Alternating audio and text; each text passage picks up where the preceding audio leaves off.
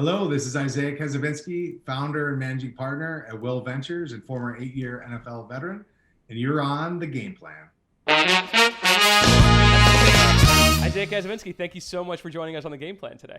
Thanks for having me. Honored to be on and excited to talk about all things sports and derivatives off of that.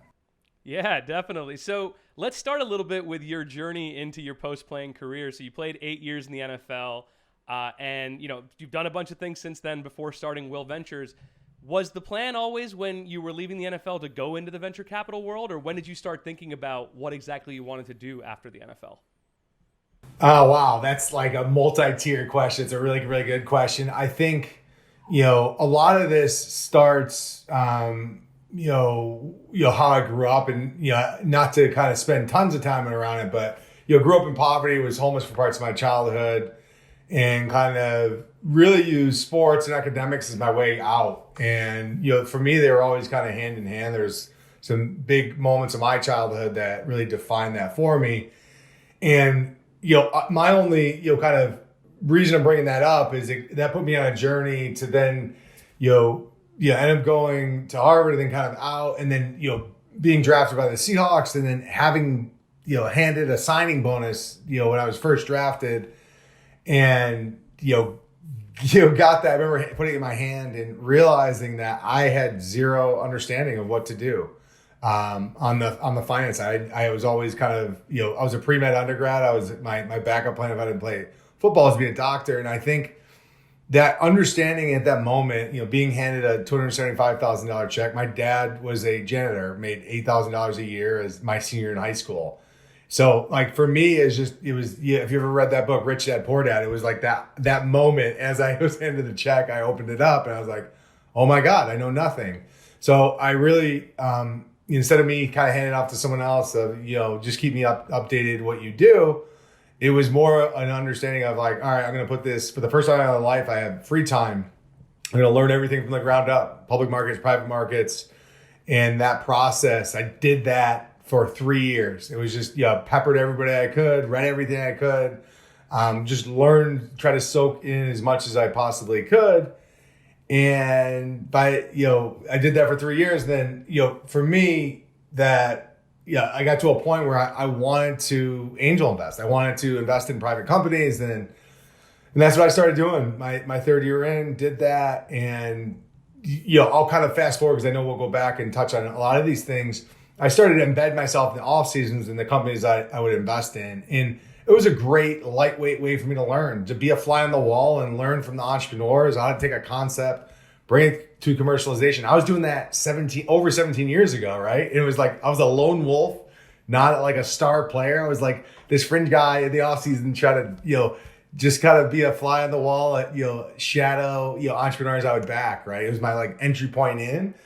But by the time I retired, I'll fast forward. By the time I retired, to answer your question, I realized I didn't want to go to medical school. I wanted to be in venture capital, and I eventually wanted to start a fund. I didn't have like a formal base of knowledge. So for me, that transition out to not go to medical school, but go to business school, got my MBA from Harvard, and for me, getting that formal base of knowledge, and then was the first step in saying, all right, how do I become a venture capitalist, and then got some great help along the way, from there of saying, all right, being an entrepreneur, some of my mentors of, getting out of business school, being an entrepreneur first is the best way to, when you're eventually an investor, is the best way to like truly understand what it's like to be an entrepreneur, whether you're back against the wall and building a business and, leading a team and all those things that are great parallels to sports and in a lot of different ways, but are very valuable when you're on the other side as an investor of adding value and understanding that things aren't always going to be perfect. And I think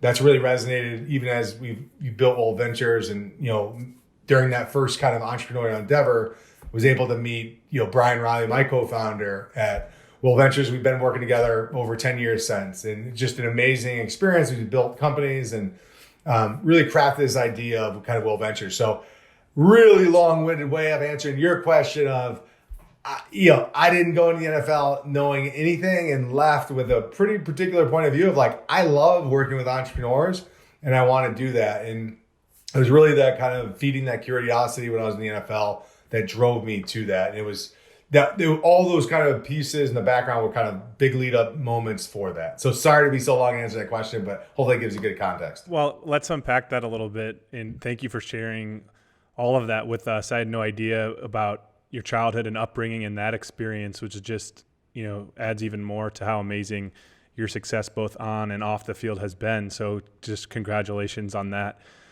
I want to focus a little bit on what you were saying. You mentioned something to the effect of you're kind of like lone wolf as a player, but I'll characterize it as you made the NFL work for you. And you had an 8-year career, which, definitely surpasses that 2 to 3 year kind of barrier, which truly establishes you as somebody who made the NFL work. What do you think about your process or routine led to that success? And has that been something you've now taken into your approach to work post-career?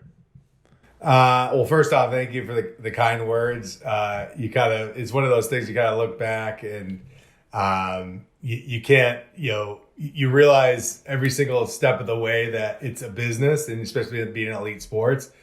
And it's a very cutthroat business at that, and try to enjoy the process in some way, but also realize, that people would open their doors to talk to you, even more so. Right. And, that way, it was really important to me. I think to my point kind of the time in the NFL and, things that were important to me, I think I realized it very early on, similar to kind of what I was just talking about, where it is a cutthroat business and nothing's guaranteed, especially in the NFL where there are no guaranteed contracts, or there weren't at the time. There's more now.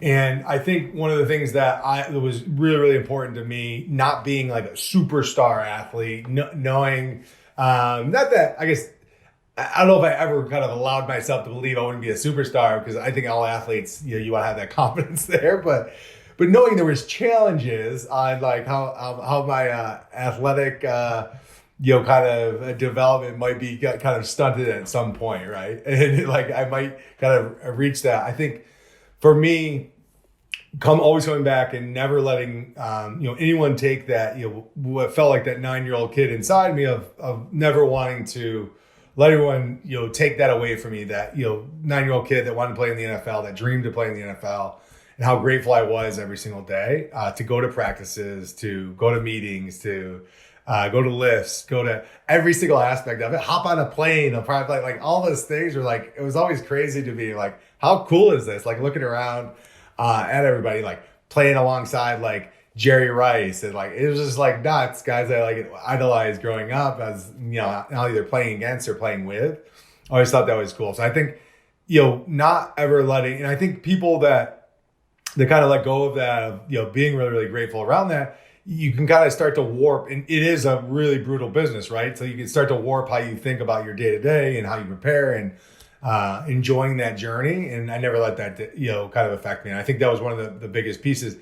Now, every single thing else in my life, I really was dedicated to, all right, I got my shot. I'm not going to let kind of lack of work ethic or any regret of, while I was here, I had my shot. I didn't want to look back and say I regret, not working hard enough. And that was really what I took, not only from a little kid and making it in my mind, but, took that to the NFL, and you wanted to be the first guy in, last guy out every single day, right? I built a sign when I was a little kid, when I was 14 years old, that said, "Let no one outwork you today." And I put it on my wall, and I kept that with me.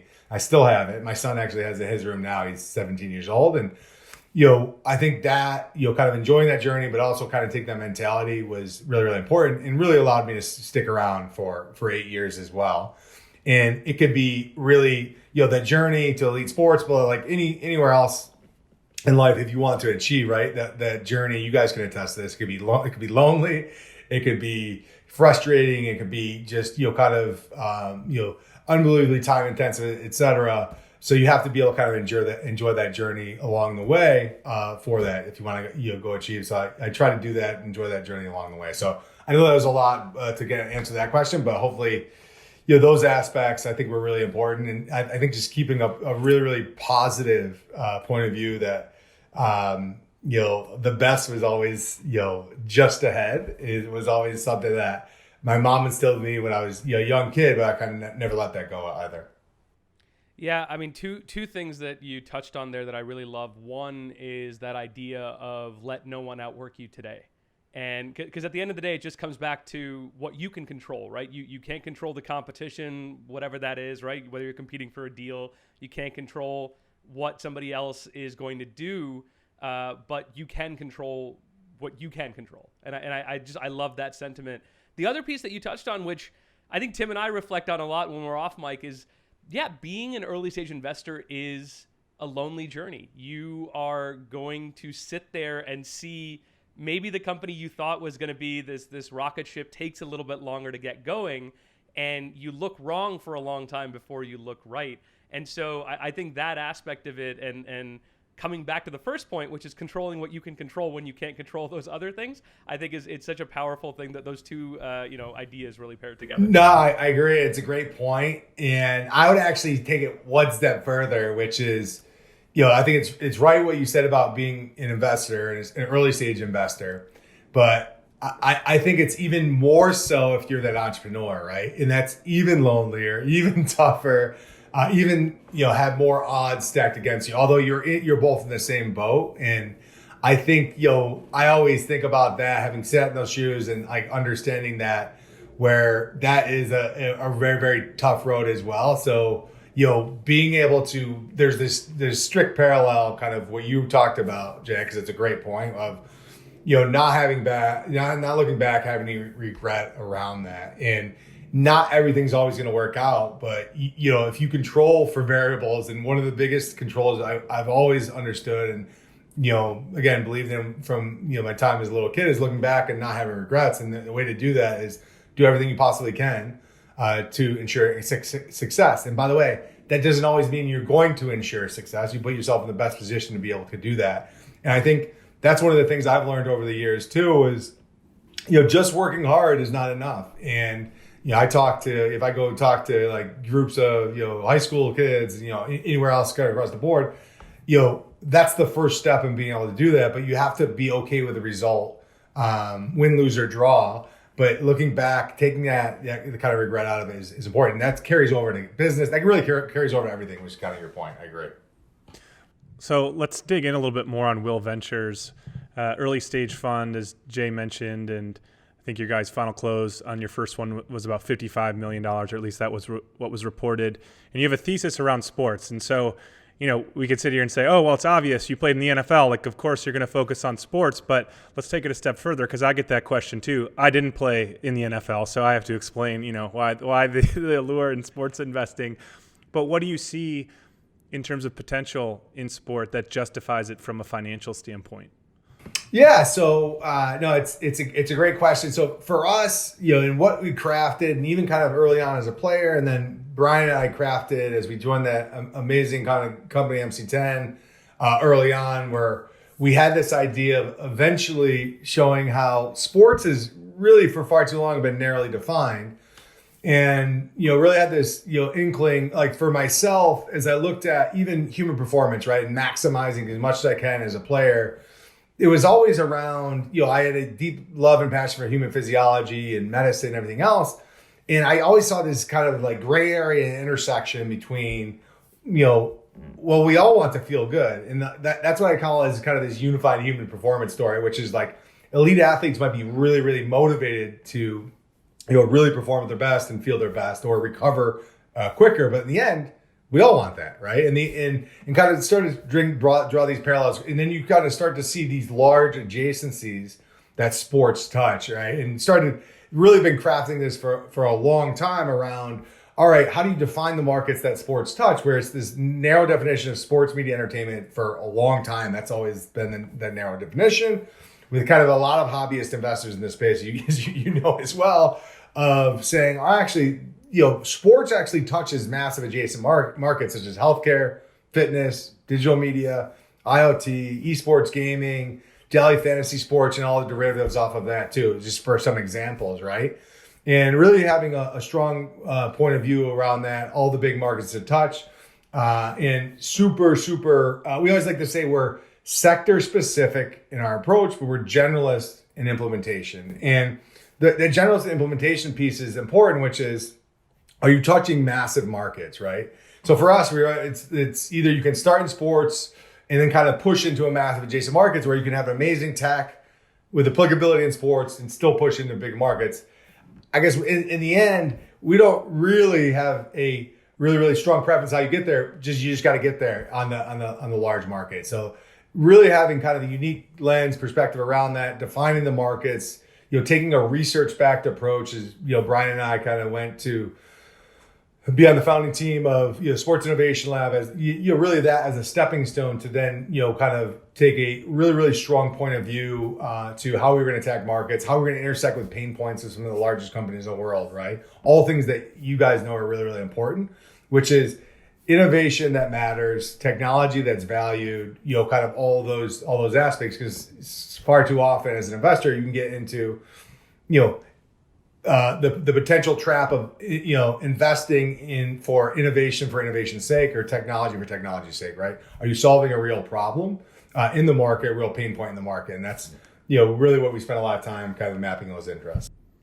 Yeah, let's talk about the research bit a little bit more. You were also a co-founder of the Sports Innovation Lab, but let's talk about, especially with early stage, like push versus pull deal flow. So I imagine from a research standpoint, you could have a ton of conviction around something within sports or that touches sport. You're like, this is the future, whether it's continuous glucose monitors or actionable insight, even bigger than just like a simple monitor sensor. Those aren't simple ones.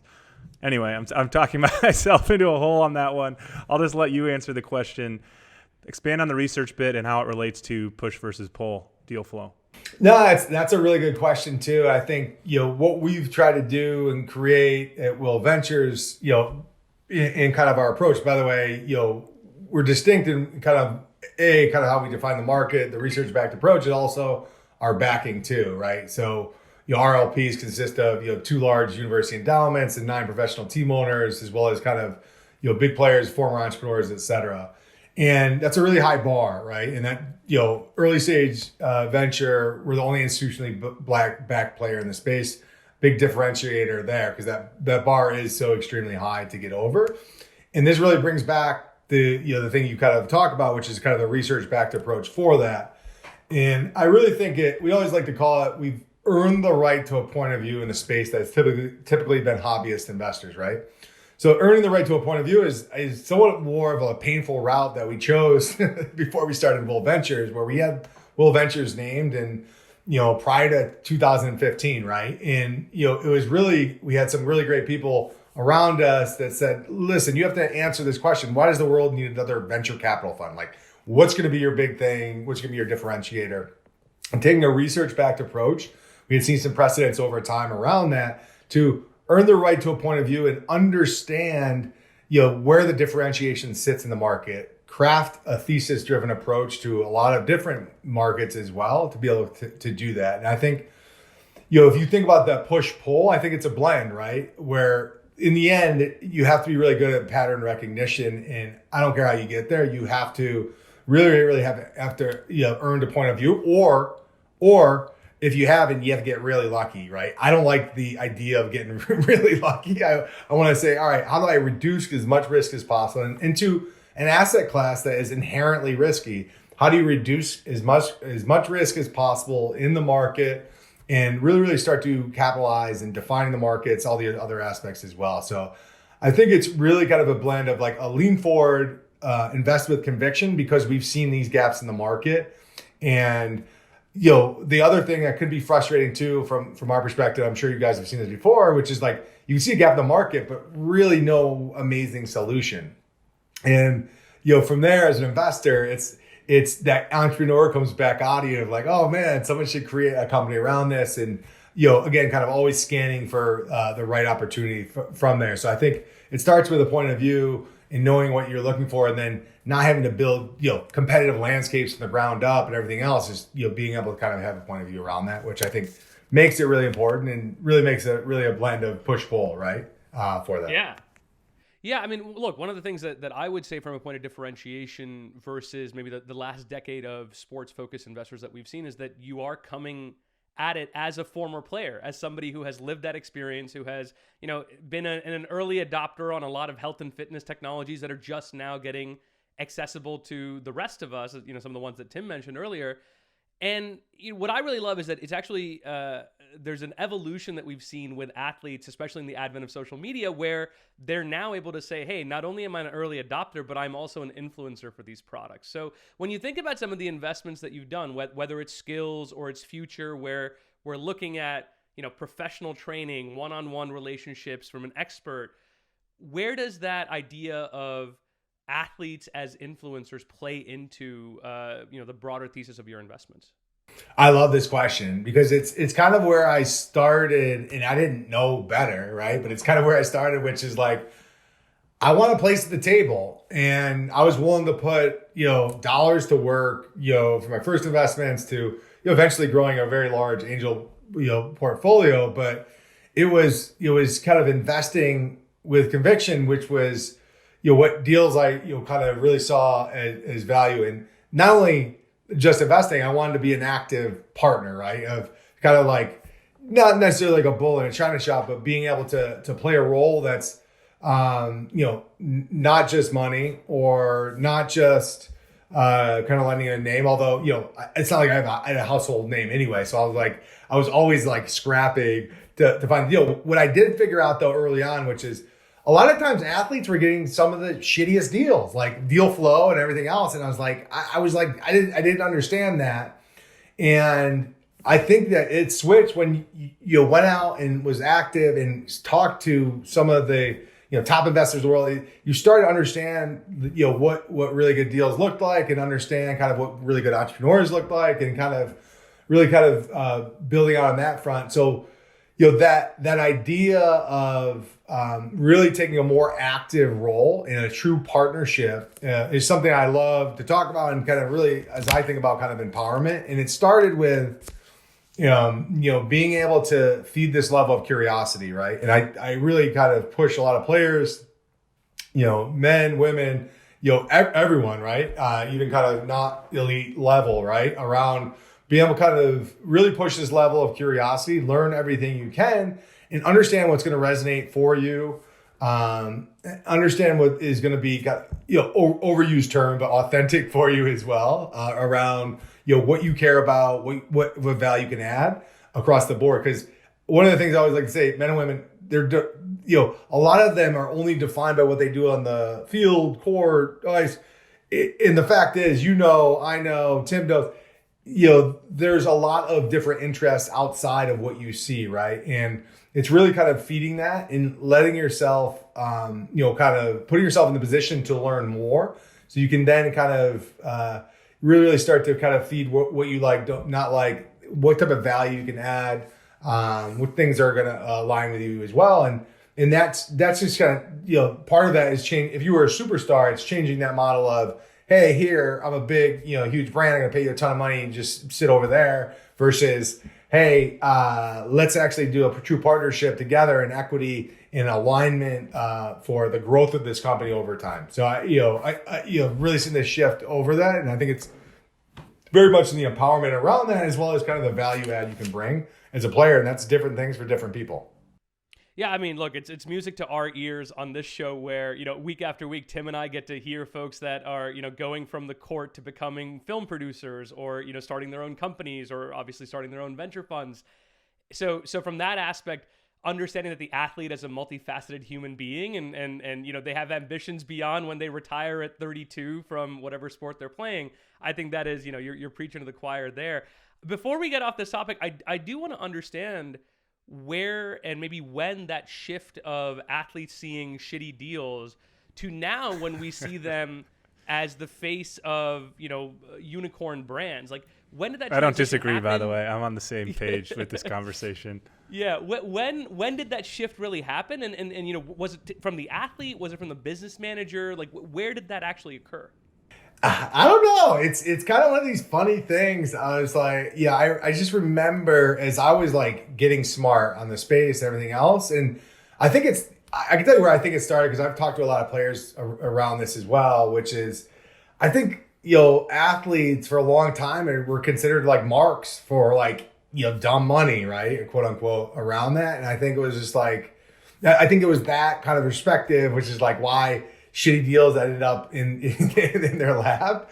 But, in the end, you'll see this kind of transformation as you look at, highly educated, kind of elite athlete, right? Kind of across the board, like educating themselves on that, similar to kind of what I did, but like doing it around what access looks like, as well as kind of a community overall of saying, wait, there's actually something here on efficiency, and there's a halo effect. And if you look at the core function of a lot of businesses, besides the operations itself, whatever it may be, marketing is such a huge place. It's such a huge role in the success of a lot of different companies, right? So I think a lot of that was coming together and understanding that players actually are not kind of dragging their feet to get involved, but there's also kind of this meeting in the middle of like, all right, there's value to add, and there's actually value to be had kind of from both sides. Value from the companies, value from investors, value from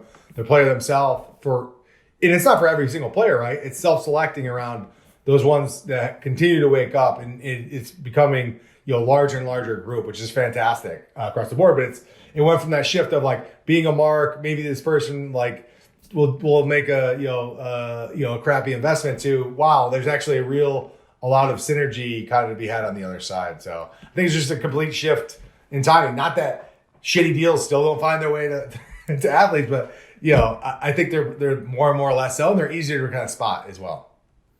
Yeah, you've also seen a few different athletes who've aligned themselves with blue chip funds, and that's been a way to kind of shortcut the access. Have someone outsource the diligence on that piece, so that's certainly helped with their deal flow. And I think it's true. It's like athletes can be so difficult to get to because they've got a limited circle of trust. And if you're a startup founder and you're only focused on getting through that circle of trust to the athlete, you're not actually focused on the thing you should be doing, which is just creating an unbelievable product.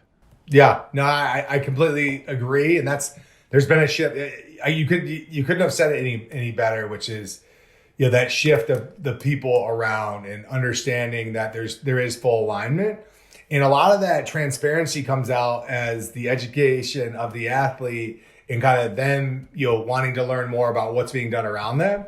All that stuff starts to come to light a lot quicker. So, I think people, around the athlete and the teams around the athlete start to see that earlier and really get full alignment, right? And that's kind of the core of what you said around, all right, how do we look at opportunity and give all things a fair shake, whether it's what is perceived to make the people, get deeper pockets, with that are around them, or is it kind of a win-win as well? In the end, kind of what's the long-term win for the athlete, and really get them, front and center on their decision-making process. Yeah, so let's talk a little bit about deal flow and the kinds of things you're seeing at Will Ventures right now. You don't want to give away any trade secrets. It's pretty competitive out there, as Jay and I have seen in the early stage investing world. But what are you getting excited about, and what kinds of things do you look for in a founder in a company? Yeah, I mean, for us, I'll go back to our name, Will Ventures. That power of human will, right, is very much a nod. It's something that's near and dear to both Brian and myself, as well as our entire team, Alexis, Kirby. But it's truly, the name itself is a nod to the entrepreneurs, right? The power of human will. Those entrepreneurs in the face of just immense odds, the willingness to find a way. And that is core to how we look at investing. It's core. The people, especially at such an early stage, are so important. We spend a lot of time getting to know those entrepreneurs. You guys know that very well as well. And, we are, you could be super sophisticated with your diligence, which we are, right, on kind of the rigor, on addressable markets, on the diligence. Every single aspect, right, is being unbelievably thorough, rigorous across the board. But, really understanding the entrepreneur, what makes them tick, and really having a lifetime of achieving or overachieving, and understanding a lot of times is understanding when things didn't go their way, what happened, right, in different aspects of their life. And we spend a lot of time getting to know that. And I think that is core to, every single entrepreneur that we back, really starting to understand what that looks like. But, again, even going back to what I talked about, we've got, deep conviction on spaces that we kind of have developed over a long period of time of how they touch big markets, how we think they're going to transform over time. And the ability for those entrepreneurs, again, kind of going back to the trade of the entrepreneur, the ability of entrepreneurs to test and pivot where things aren't going to be perfect, right? And understanding those ones that are willing to do that and be resourceful along the way of kind of across the board. So a lot of different areas we like, a lot of different, portfolio companies we have that are super exciting and touch a lot of different spaces, and, happy to talk about those. But I think that's, as we look at, deal flow and, have a rigorous process too around, how we look at deals and how we partner, really, think of ourselves as complementary to, from blue chip funds to the corporate strategics to other, amazing syndicates as well. Yeah, one of the things that I was looking, going through your portfolio and understanding when you had done certain investments, it was really interesting to see that you guys were about 12 to 18 months ahead of a trend getting big. So whether it was Lightboxer, okay, at-home fitness, now, not that you could have predicted the pandemic in 2020, but understanding that at-home fitness was on a trajectory. Breath work, understanding that wellness and mindfulness was on a trajectory. And then obviously we mentioned future with the one-on-one expert training, or skills with, again, experts from professional level. As you are looking at the next 5 years of sort of trends in this world, what is the one you think is going to surprise people the most as it relates to, the categories that Will Ventures looks at? Wow. You touched on some of them, and I think people, I think you had a couple of really good examples there, which is, for us, having conviction, this long conviction of like, we were always big and we were long on the connected fitness space, right? So that's a really good example. And then having that point of view of like, all right, if people are going to be, prior to the pandemic hitting, right? But kind of seeing that is a possibility as you kind of look at all the things potentially happen of, all right, what actually happens if someone, we're all kind of at home for a long periods of time, what accelerates, right? And having perspective around that. And then those learnings just aren't unlearned, whenever that's over, it's not just unlearned, where the consumer doesn't like just forget about it, like, oh, I'll forget about it, it's over. There's those learnings are here to stay. So we always like to say that's, accelerated adoption. And then, that long tail, what actually is going to stay from around that. And you touched on a couple of those, health and wellness, massive boom around that. And, for good reason, right? If people are stuck at home for long periods of time, how do I feel my health, the healthiest? How do I feel my best? All those things we talked about before. Again, kind of the connected fitness, that was accelerated several years onto that. And this democratization of gym is coming in a lot of different flavors as well. I think one of the things that if you talk about, kind of things that are surprising or that will be surprising, I think mainstream hasn't quite understood how big a couple of markets are. And, for us, having deep conviction on kind of several areas, but I think two to highlight now, if you think about esports and gaming, how purely big that market is going to be. I think that's shocking to kind of the mainstream person. I think another one is, if you look at, and I mentioned this before, if you look at Daily Fantasy Sports and kind of the innovation engine, really focused around that, around engagement and how that could look over time. I think we're starting to see really, really, really interesting things where, in particular, you can see like accelerated, uptake in, if people can't go to games or not as many people can go to games. I think there's a psychological piece of how do I engage more with that. And, Daily Fantasy Sports has been around, but even there is like, you start to look at kind of some of the innovation that can happen for even deeper and more meaningful engagement from where it's been at. So this, several kind of layers around that. I think the size of that market, to kind of back out a little more, is just, I think it's going to be difficult for people to understand. Like both of those markets, massive, and are only going to continue to grow in a major way. And I'll even connect the two a bit, and we've all three of us have seen companies that connect the two. But I think one of the reasons people love sports is the unpredictability, right? Or I have a feeling what the outcome's going to be, and this is why I'm tuned in, but I have to see if that outcome takes place. And esports has broken the mold in that it's so much more unpredictable than traditional sports. And so that's why esports is poised to continue to grow. But then you look at traditional sports and this gaming layer is like, okay, maybe it is more predictable because I've been a fan my whole life, but now I can go monetize that, or I can play a game on top of that. And so I think in some way, like those are both connected in the growth of sport. And then it's interesting that you also have ones of, prediction or gaming around esports as well. So it's all interconnected. Yeah, no, I agree. There's a ton of overlap there, and a lot of different experiences. You look at kind of just complete personalization across the board.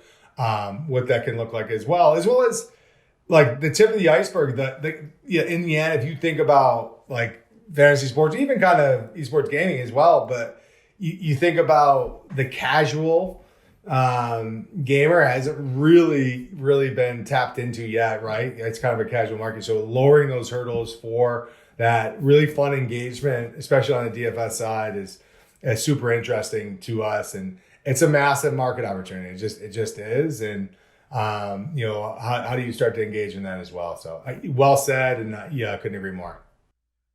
One of the things that I think a lot of entrepreneurs don't necessarily always appreciate is that first-time fund managers are entrepreneurs in and of themselves. And so, they're going through their own fundraising process, they're courting LPs and trying to get the right people. And, the product is different and the product is less about what you're putting out. The product is you as the investor. But talk to us a little bit about your fundraise process, some of the maybe hurdles or misconceptions that you had to get through, and how you're able to break through them to raise the $55 million that you did for your first fund. Yeah, well, it's a really good question. I don't know if we have enough time left to cover all of those, because Brian and I always talk about to raise a first time institutional fund is really difficult. Which is, I know that's why you asked the question. It's not easy, and Brian always used to talk about. Even while we're in the middle of the raise, like this isn't the hardest thing we've ever had to do, but it's damn near close of doing that. And especially we had a lot of experience on both sides. Both Brian and I kind of worked on a lot of the angel stuff I did, but angel is different than having an institutional fund, right? But having experiences both as operators, as investors, to some extent, great, but in the end, we had non-traditional backgrounds, right? So it's not like we were coming from, a Sequoia or an Andreessen and then, a partner there and be like, all right, we're going to break off and start our own fund, right? So emerging managers are like bundled all together, where that same type, fund managers would be bucketed the same as us. The level of competition is extremely high, right? Kind of, there's only so many dollars and we put to work on early stage emerging managers, et cetera. Kind of what that looks like. And I think all of that's to say, we knew, and we had great people, great mentors around us before we went out, and they knew to answer those questions I was talking about before, which what is going to make us different? What is kind of, and then define the market opportunity in a way that's really compelling.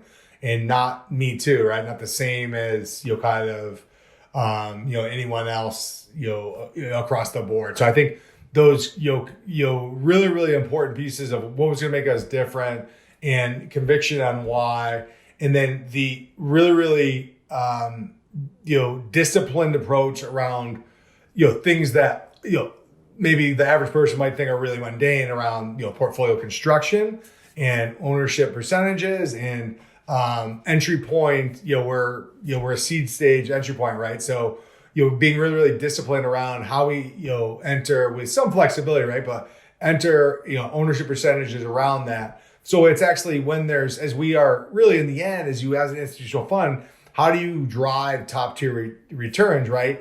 And if you have, a non-meaningful ownership percentage of a business and entrepreneur, and there's even a big exit, it becomes like, it doesn't move the needle in a way, right? But if you invest in conviction with a larger check size up front, and then you save reserves for that capital from seed to A to B and grow with that and protect it, when there's a big exit, it's actually really meaningful of driving those returns, everything else. So I think having thought through all of those pieces before we went out and raised, and taking that research backed approach kind of really helped that process. But anyone that is out there listening to this, I'm sure they're nodding their heads if they were ever kind of raised in a first time fund. It's unbelievably brutal, right? And I think much like an entrepreneur we'll talk to, we want to know they put all that hard work on, right? We know that's how we were going to be looked at, of like, those entrepreneurs that we want to back, have they put all that blood, sweat, and tears and everything they got into this? They know everything about the market they possibly could. They have a point of view around that. And, just they're experts in kind of in that area. That's what we knew was going to have that high bar, as well as kind of a lot of,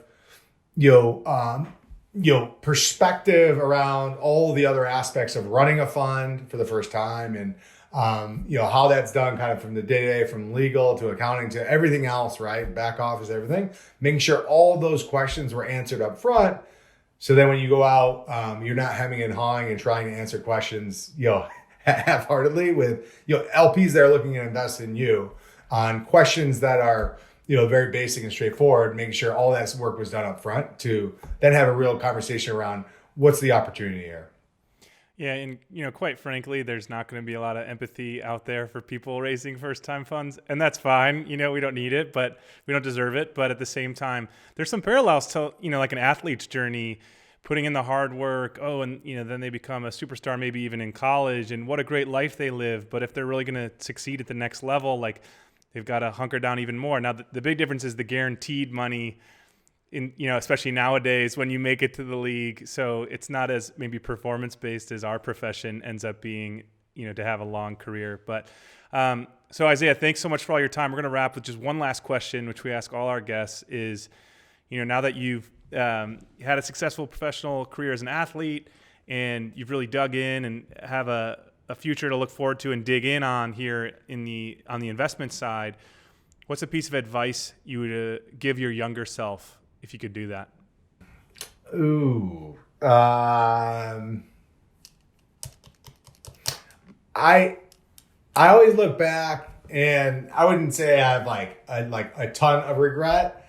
And again, I've learned this over time to slowly do this, and drum roll here. But I think one of the biggest things is, talking about what I talked about with you guys early on, which is I wish, early on and, being able to enjoy the process, enjoy that journey even more. I talk to my son about this all the time, and, enjoying that. And especially I was like, I did not have a ton of, kind of free time through all of high school, through all of college. So I think those processes, looking back, I'm like, I wish was able to enjoy that journey just even more, and kind of, hindsight's always 20/20 as we grow and gain more wisdom, supposedly, around kind of, life and everything else. I think to tell a younger self of, everything's be okay, just,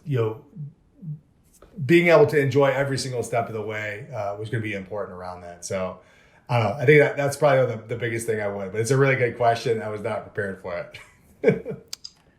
It's all right. I love that process orientation. It's something we actually end up almost ending on, quite often with a lot of our guests. So no surprises there. Isaiah, thanks again for your time. We loved having you. We loved hearing more about what you're doing with Will Ventures, and we wish you and your portfolio the best of luck. Thanks, Tim. Thanks, Jay. It was awesome hopping on hopping on the podcast with you guys, and excited to continue the conversation in the future. Thanks man.